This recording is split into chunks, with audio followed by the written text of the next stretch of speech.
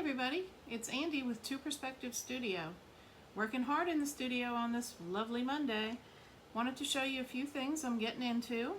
Trying to make some super realistic graham cracker pie crust for some pie treats. This one is super realistic. It has been resin coated. Made this with a combination of some colored sand. This one is white, but I did use some alcohol inks and I colored it the graham cracker color, the tan color. You can use alcohol inks and sand in a disposable baggie and just rub it around and then dump it out on a piece of parchment paper and let it dry. If you don't get a dark enough result, you may have to color it twice, which I had to do with some red that I tried, but the tan came out first time, it was just fine. I moistened the sand and then I pulverized some of this corncob bedding. You can find this on Amazon or I think in any pet store. It's like a hamster or reptile bedding. It's made out of corn. Fake bakers use it for fake nuts in their creations.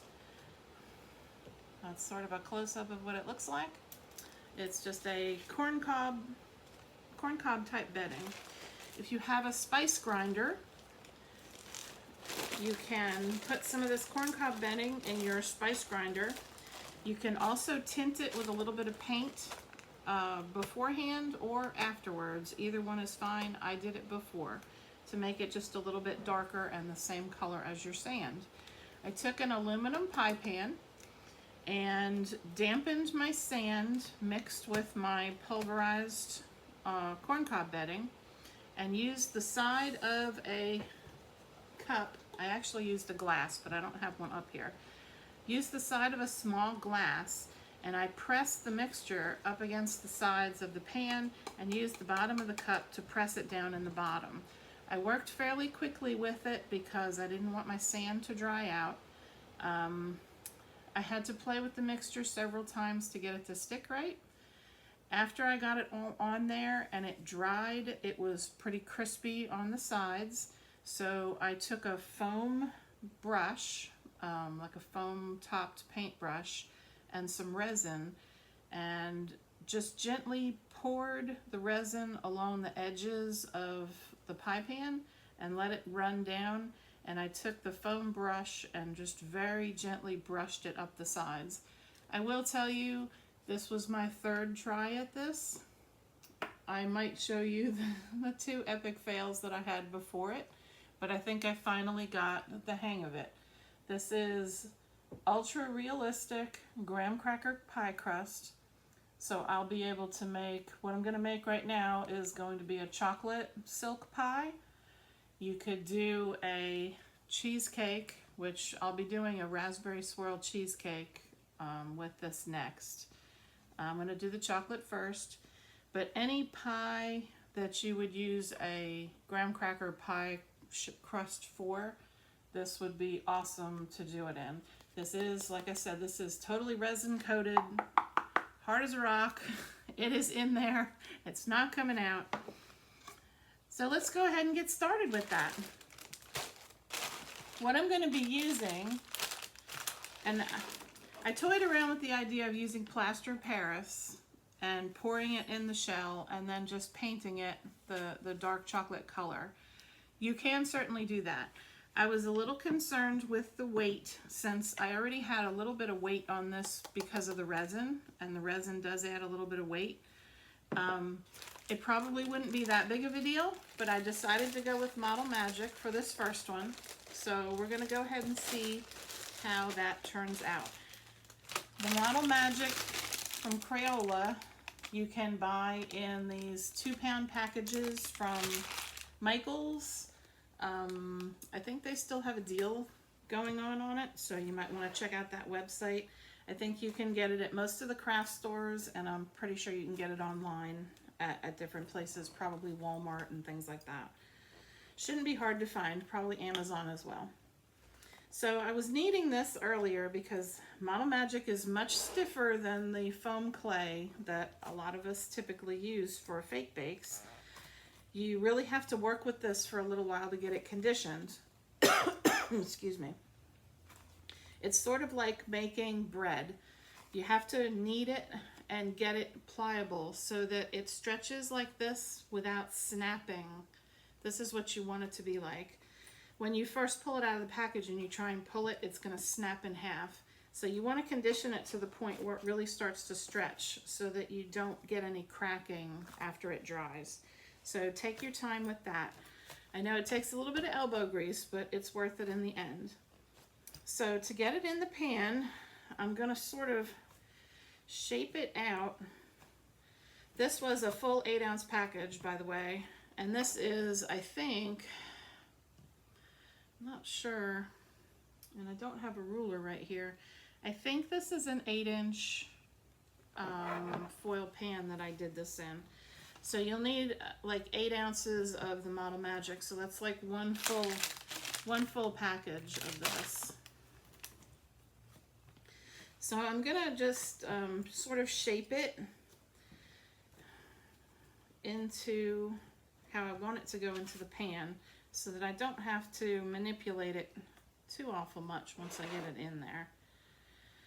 I probably should use a little bit of glue to make sure that it doesn't come back out, because we wouldn't want the middle of our faux pie to pop out after we have made it.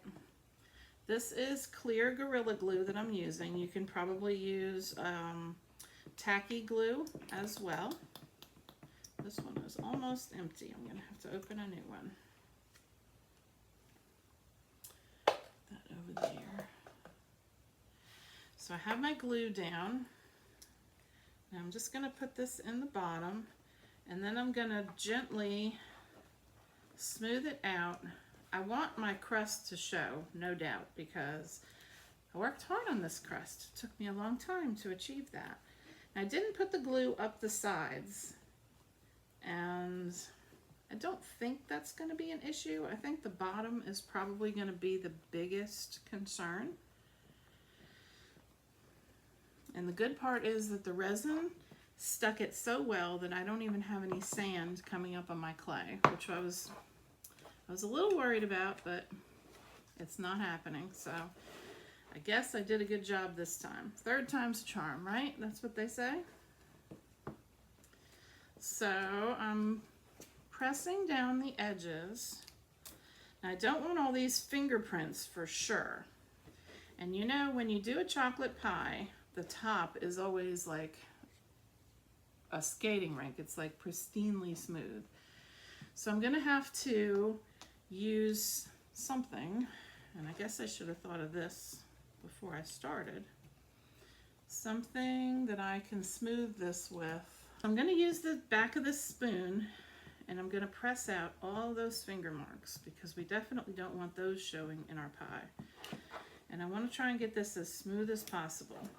If you were using a foam clay for this, I would definitely say to put a lot more in, because foam clay has sometimes a decent shrink factor, and it'll be pulling away from the edges unless you glue it down all the way around, and then maybe you could get away with that. So I'm not saying that you can't use foam clay. I just chose this time not to, because I was afraid of it pulling away a little too much. And then I'll be back to paint. So I'll see you shortly. We're back. Looks like this has dried just a little bit. It's not completely dry all the way through, but I'm not too concerned. I think we can go ahead and paint now, and it's not going to affect anything. I'm using a thick body acrylic paint. This one you can actually get from Hobby Lobby and other craft stores. This is the Master's Touch thick body acrylic in the raw umber. It has a very nice chocolate appearance to it. I put some in a bowl and I'm just mixing it around just to make sure that I get a good coverage. There's not a lot of air bubbles, there's not a lot of lumps. I just wanted to make sure, didn't want to just blob the paint on there. So I'm going to put it on a little at a time. I'm actually see if I can do it with my palette knife. I'll pull it a little closer to me. I think maybe I can do it very well with the palette knife, actually. That'll be the ticket. I can get right up to that crust line without going over, because we definitely want them to see the texture in the graham cracker crust. That we worked so hard to get it right.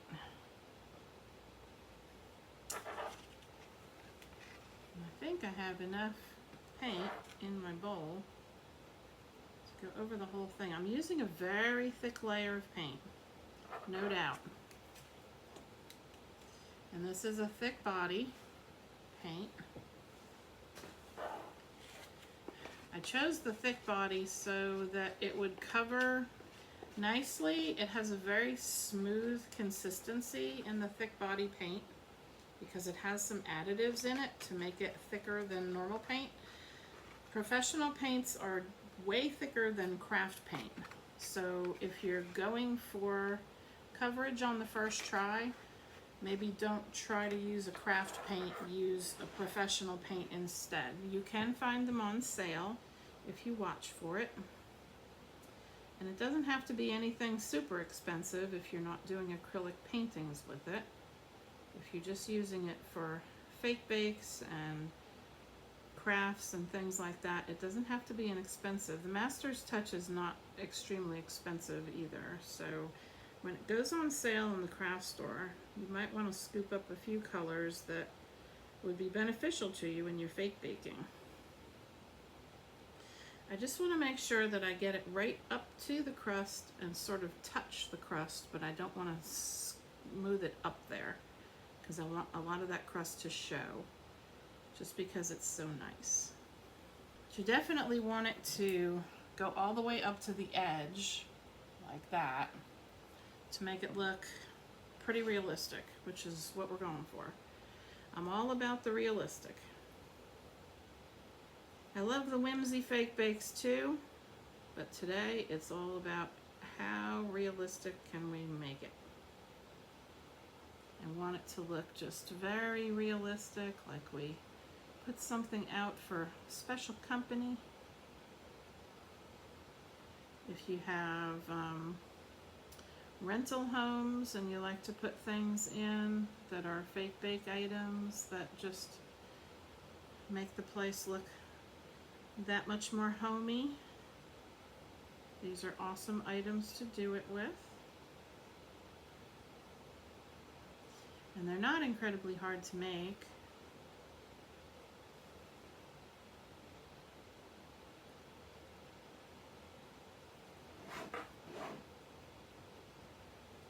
Now, we just have to smooth the top out to where it looks like we just poured that chocolate right on top, like it was real chocolate pudding mix.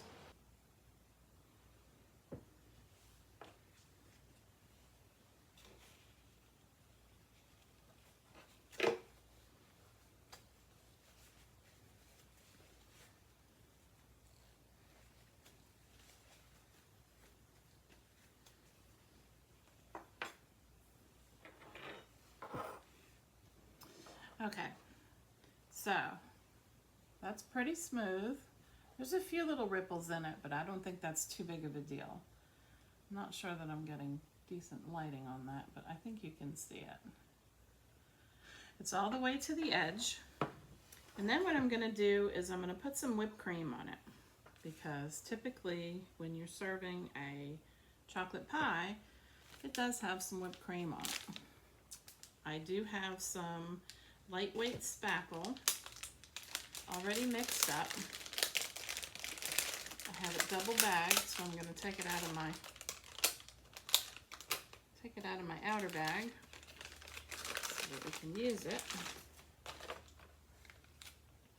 This is just some lightweight spackle mixed with a little bit of white paint, and I mixed it in a bowl, put it into a disposable pastry bag, putting a tip in it first. This is I think it's a 1M tip on here. It's the large star tip. You can use any tip that you like for this. Doesn't have to be a 1M. And I'm just going to curl it around in the middle and make a large blop in the middle, bringing that up to a tip that I like. And then I think I don't want to cover up my crust for sure.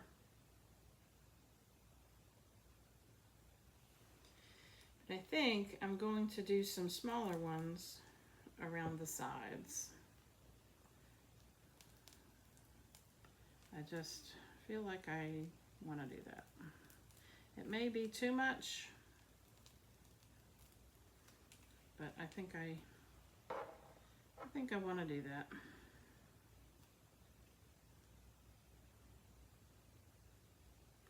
Let's see what we have. Let me do this. I think it'll be fine. There we go. Then, I think to top it all off, I'm going to take some chocolate sprinkles, fake chocolate sprinkles. This is not sure, I guess you can see those in there. This is a company called Play Code 3. You can find them online. They have sales the last Friday of every month that you can take advantage of. These are acrylic sprinkles. They look like if you shaved some little cookie crumbles or some little chocolate crumbles. That's kind of what it looks like. And I'm just going to put a little bit on each one of these whipped cream bloobs I have here. Just a little bit. A little bit fell in the pie, but I don't think it's a big deal. Make it a little more realistic, you know. So that is our realistic chocolate pie in the graham cracker pie shell. Thank you for watching. I hope you have learned something. I will show you that a little bit closer if I can. I know there's a lot of glare in here. I apologize. I think it's pretty realistic looking. Once it dries up and the paint sets, you'll be fine to put this out for your guests to enjoy or send it as a gift. Thanks for watching. Tune in for the next tutorial. See you later. Bye.